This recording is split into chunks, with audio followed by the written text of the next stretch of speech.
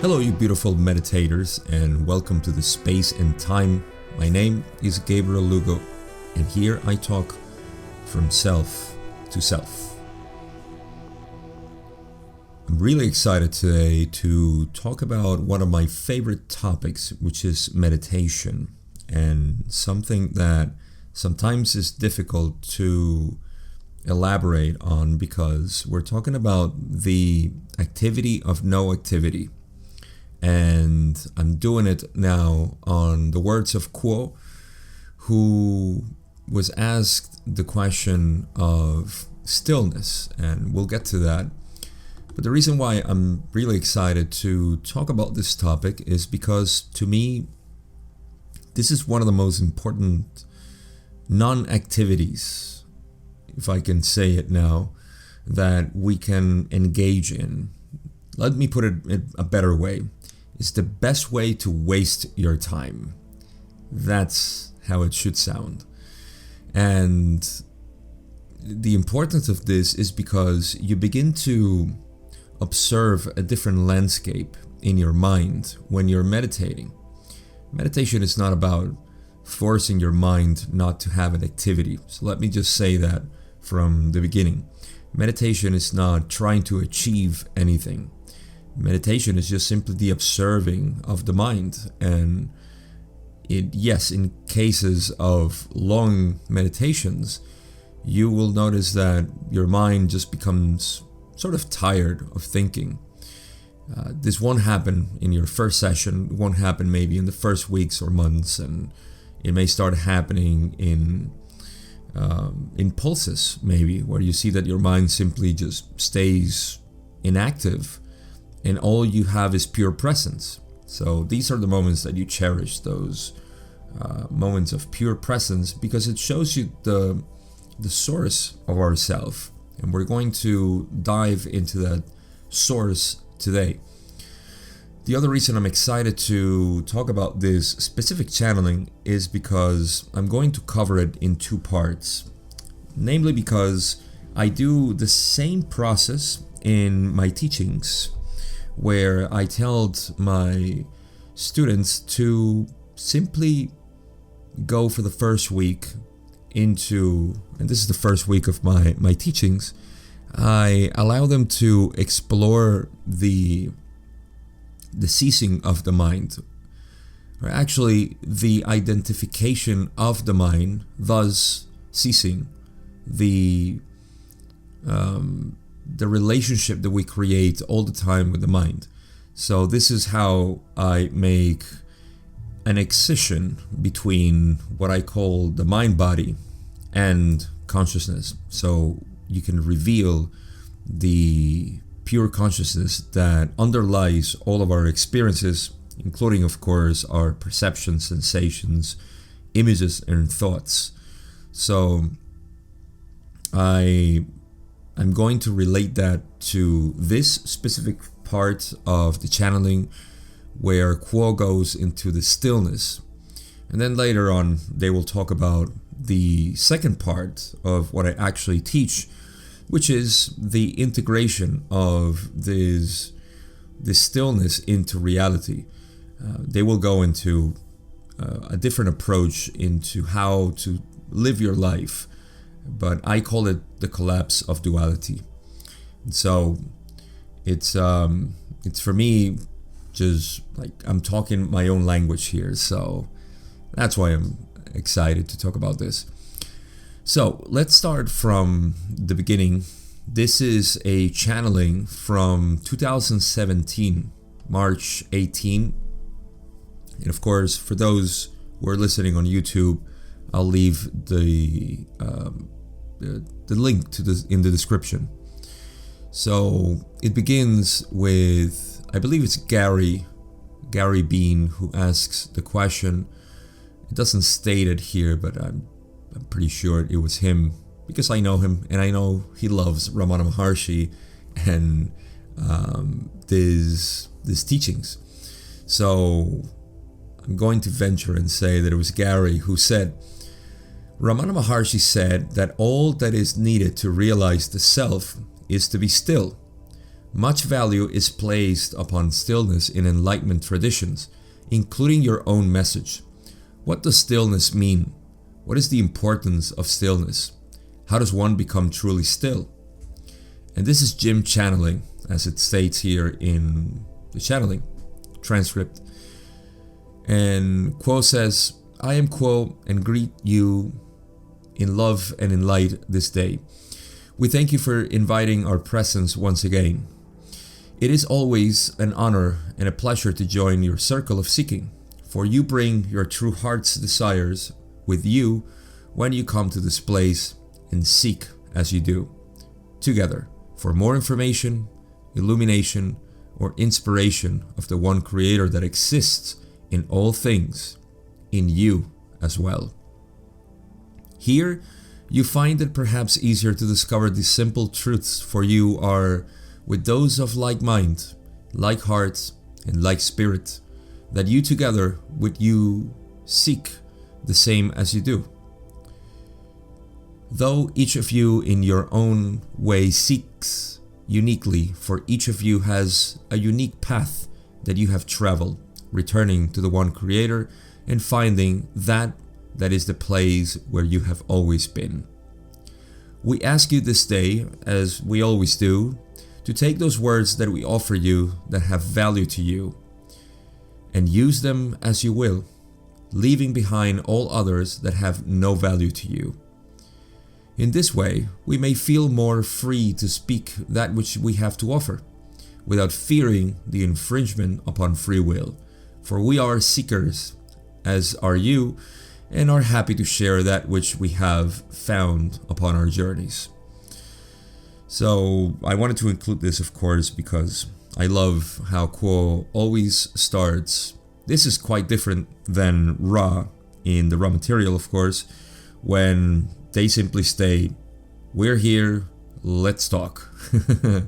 Quo gives a little bit more of a human introduction, very compassionate teacher introduction, and they gave us a little bit of taste, into how our journey is to seek the one, and remind us that the information that they give us is just like all of us who give this type of information say.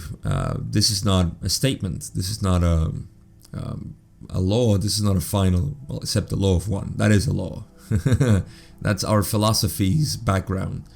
But yeah, no, other than that, they always give the information trying to say, listen, if it resonates with you, it's fine. We're just sharing whatever we know from our own journeys. So please, if you do this, we'll be happy to talk without the fear of infringement of free will. So that's a very nice thing for them to say always, and I like to share it. Now, let's get into the paragraphs that contain the seeking of this stillness. And I'll be making my own remarks as we go through it.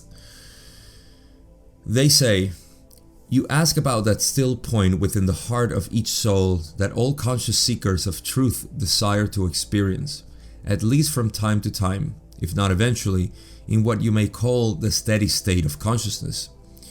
Each within the meditative state has a far greater chance of catching a glimpse of this stillness, for within the meditative state, you are taking a microcosm of your experience and somewhat, shall we say, shielding it from the slings and arrows of outrageous fortune, as has been said, that exists without the meditative state, in the world about you in its normal realm and manner of functioning. So, wow, phrase by phrase, we go into, let me pick on the part when you call, that they say, what you call the steady state of consciousness. That steady state of consciousness reveals that, and this is my nugget of truth here. You see, because of vocabulary, we create words that seem to define something specific. And because of our materialistic view of reality, believing that it's made of parts, we have concessions in language to describe things.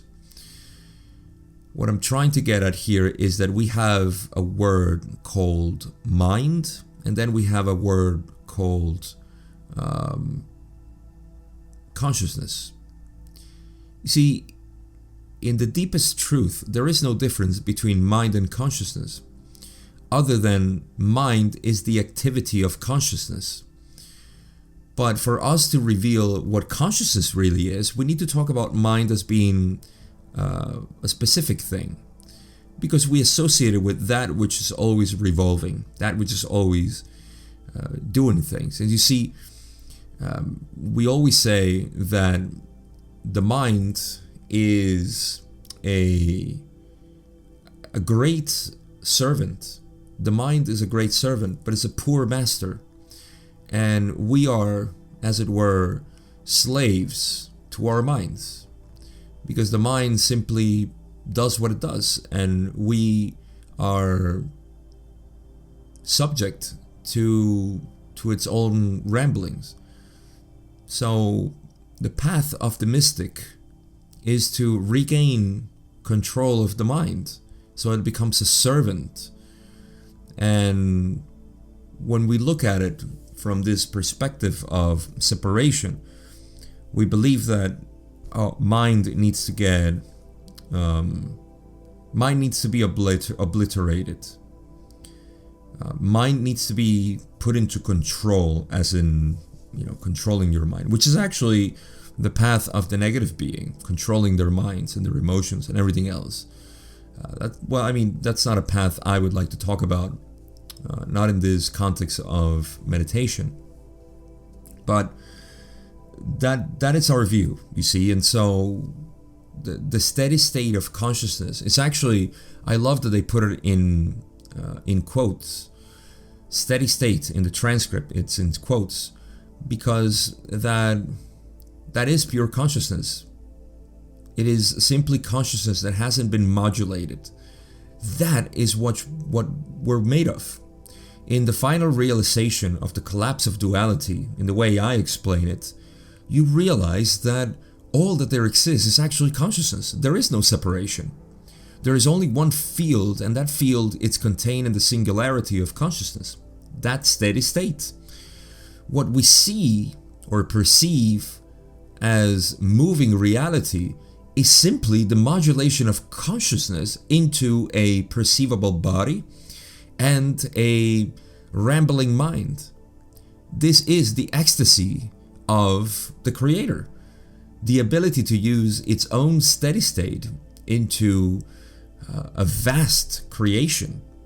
Now, if this sounds all weird to you and you say, Gabe, that's just too much for me to realize that this universe is that.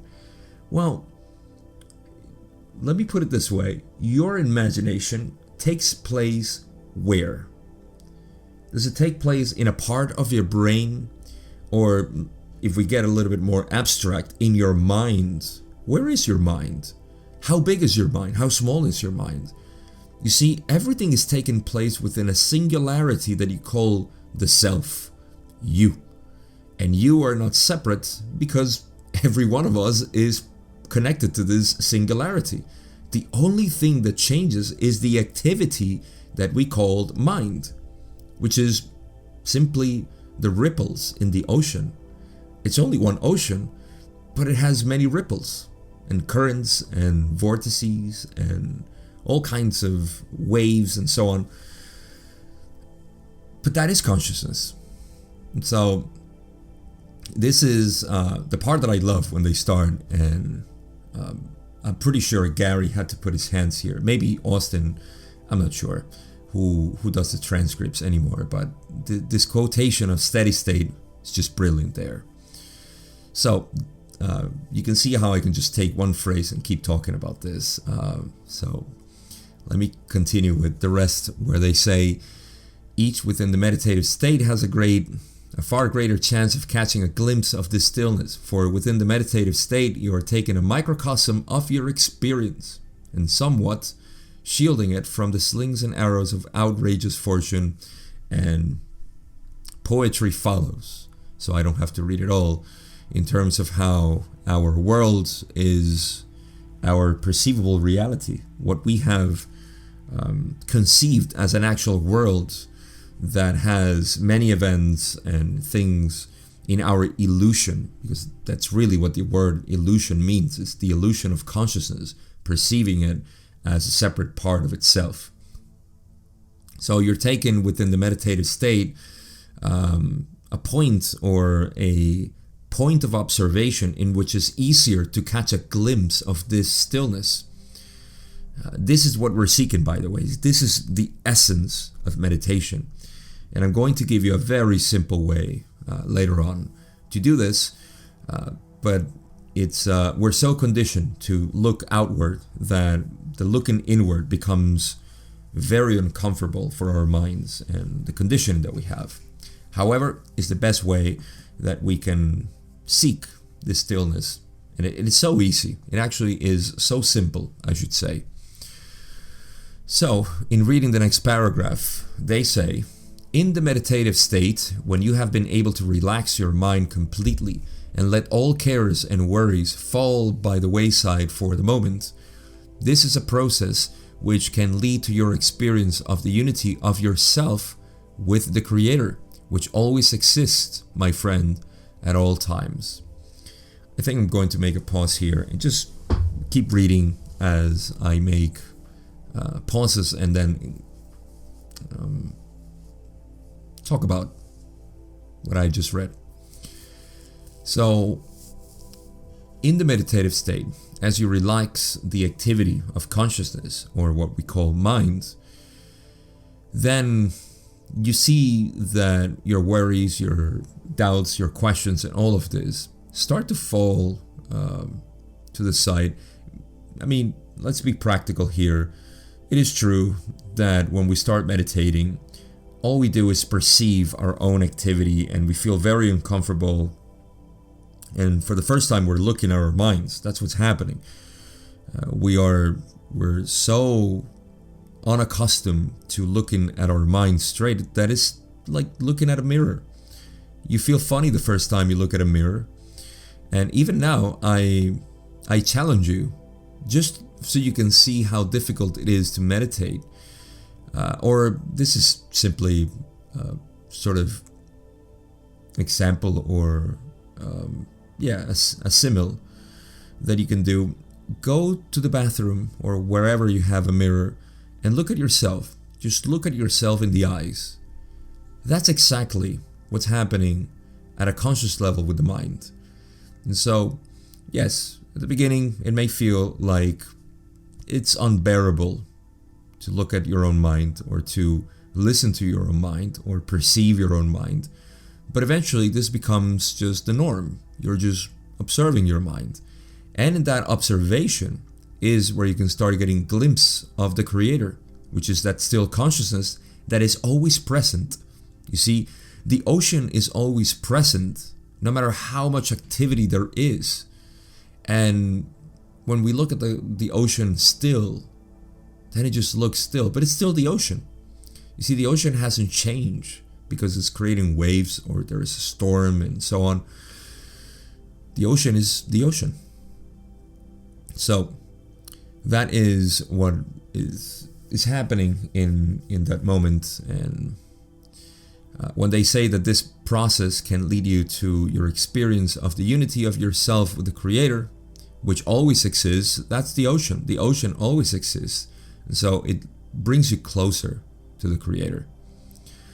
They continue saying, what you are attempting to do in your meditative state is to become conscious of this unity, for there is nothing but the Creator about you or within you. This is just perfect.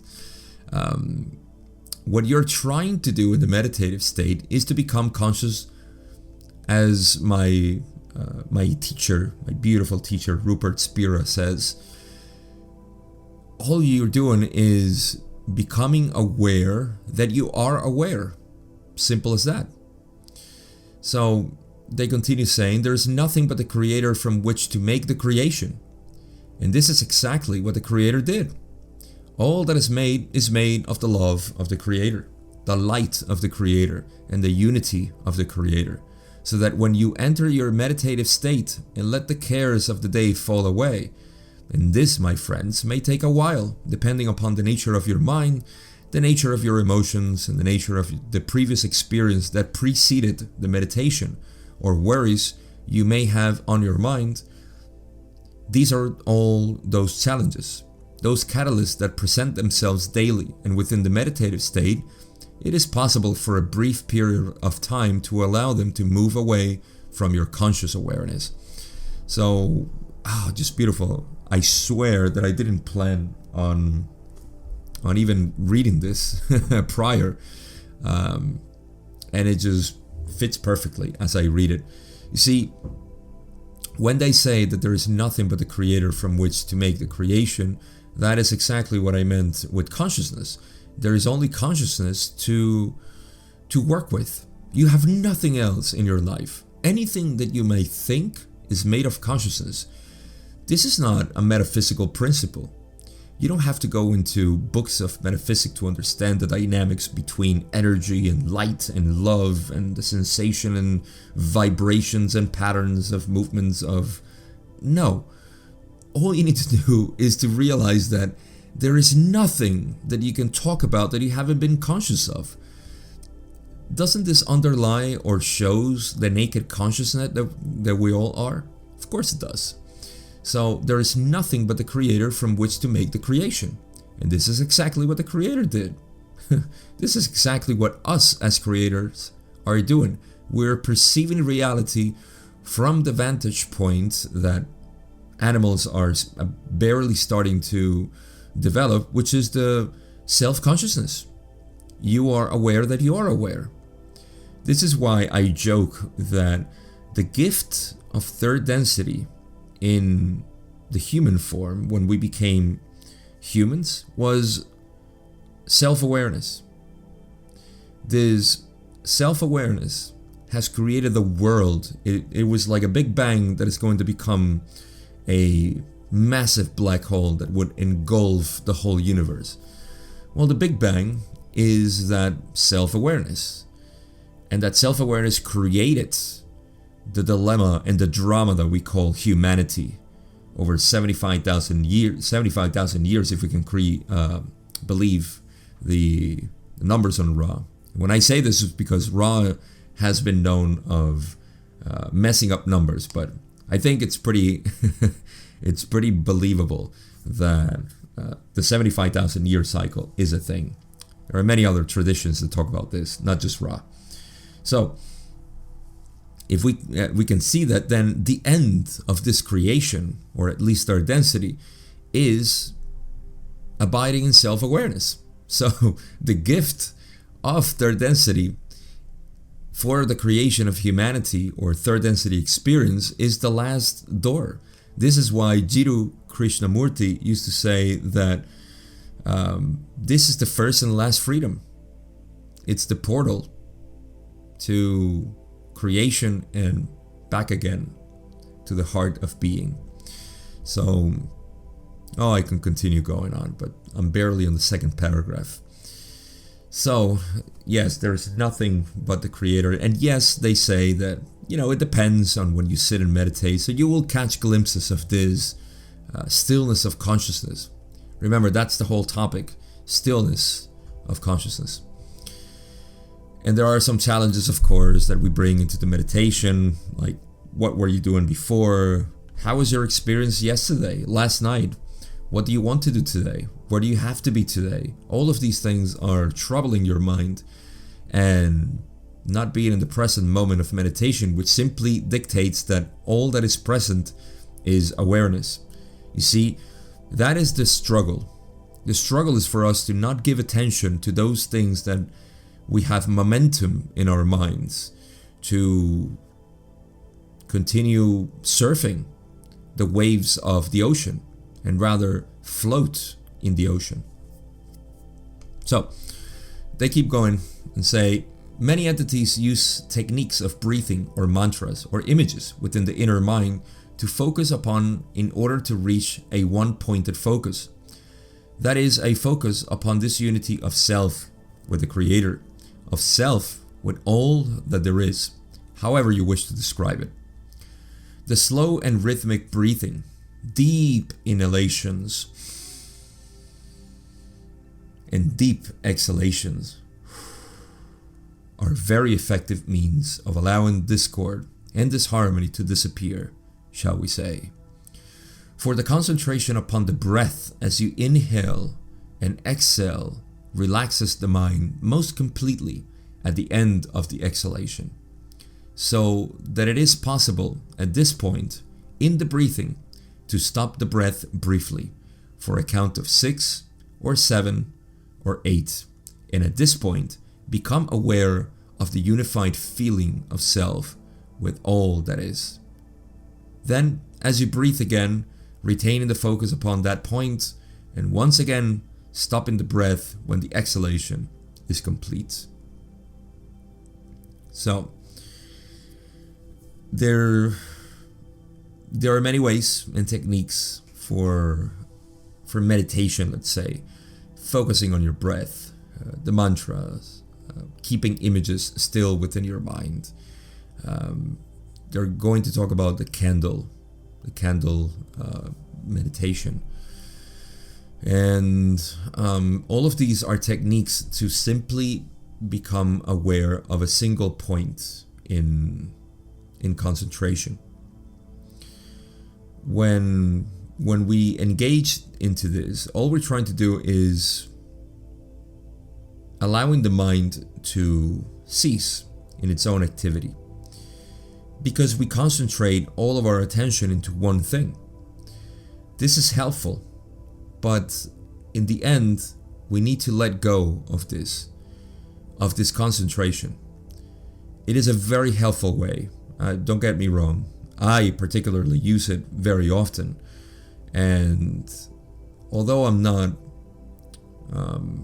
not big on many ritualistic, say, behaviors or simple rituals. I'm very basic, if I can say so, on my way of meditating, and admittedly is because these concentrations are not really my thing. So the reason why I'm sharing these is because don't feel like you have to explore all of these things. You don't have to explore a still image in your mind, or mantras, or music, or breathing, or anything else. All you need to focus is on the aware principle in you. That's it, nothing else. If it doesn't work, and it works for you to concentrate on this one-pointed focus, as Quo says, then great, that works. So it's important to keep that in mind. And yes, the breathing is actually one of the things that I do every day. That is, to me, mostly because I got used to the feeling of relaxation of my whole body. And to be actually a little bit more honest, the reason why I started meditating longer periods of time, was thanks to Wim Hof and its breathing technique. So breathing actually relaxed my mind and my body for me to commit to longer meditation, hour-long meditation or longer. And, you have to find what works for you. But in the end, what we're trying to realize is that pure presence of ourselves. So, they continue on and say, when this is accomplished over a period of time, you may discover that there is an etheric feeling that makes it itself known by there no longer being a necessity for your conscious creation of the one-pointed focus. This one-pointed focus then becomes that which is automatically experienced, and you simply are a witness to it as you continue the breathing as you have done. The focusing upon an image or a sound can have the same effect. That is, the allowing of extraneous thoughts to fall away so that the mind may be aware of only the one point the center of the self, totally relax and being one with the creator. So this is the point that I was making before when they say that there is, how do they say it? They say you may discover that there is an etheric feeling that makes itself known by there no longer being a necessity for your conscious creation, I would say attention there, of the one-pointed focus. Well, you are creating the one-pointed focus, whatever that may be, breathing, image, sounds, music, whatever it is, that last concentration dissipates, revealing, as they say, the creator, or what we call the creator really is consciousness. We need to use language because, unfortunately, I personally can't say, what is the creator? The creator is consciousness. Everybody's going to ask me so many questions. So we have to embellish this so it could be understood. But in the end, consciousness, when you perceive it without any qualities, because you can't write a new book on an old book. How would you read the words? They would be all mixed, you see? So you need to have a blank sheet of paper to start writing. Can't have too many words within the same paper or they'll all become fussy. And that's what happens. So consciousness can't have any qualities. If you put a quality into it, you have created something within consciousness. It's that simple. It really is.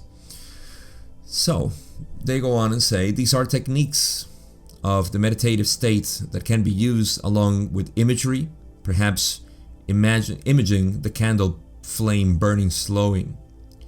The candle flame burning slowing, that would be slowly, I think, brightly, consistently, within the inner eye, so that one becomes, in a sense, entranced to the image of the flame, and once again, can come in contact with that inner sense of self, the smaller self that expresses itself as your personality, and the greater self that is the one creator, awaiting your realization of unity with it. It's actually beautiful, that last part. Yes, you can use many techniques. This is when they evoke the idea of using the image of the candle flame burning slowly. It's a small typo there, or error. But yes, slowly, brightly, consistently. They say imaging the candle, but you can also do this. It's an old technique where you just light a candle that doesn't have a cover, and you can just stare at the flame. I've tried this in the past. It's not my thing. Again, I seem to just sink deep into my own mind, and as it rambles, I just look at it, if you will, and allow it to flow. But again, the reason why I'm sharing this is only to show you that even the techniques may not be necessary, because you're just like that. You know, some people may use them and find great concentration on them. I honestly can't concentrate on them. I don't know if it's my type of concentration, but that's just how it is. So the last part that I'll cover here, they say, these are techniques, my friends, that are helpful in the achieving of this center state of stillness within the meditative state. This is a good practice to experience throughout your day, if you're able, at least at the beginning and ending of your day, so that you may begin the day upon a firm foundation and continue the day with the feeling of unity, trailing with you, blowing within you, and exuding from you. At the end of the day, again, entering that meditative state, renewing this contact and reinforcing your own experience of it. This is the last part that I will read today, because the rest I won't be able to stop, and it will go over the hour for sure, which is probably the amount of time that I want to take for the next part, as we no longer discuss the experience of meditation, the recognition of the Creator within ourselves. And this is why it's so recommended, as Quo says, to do it at the beginning of the day. Doesn't matter how long you do it. You can take 5 minutes. You can even take a minute. It's more than nothing. Or you can do, if you can do longer meditations, then that's great too. But at the beginning, to remind yourself, just a quick reminder of who you are, what you are, and then go throughout your day.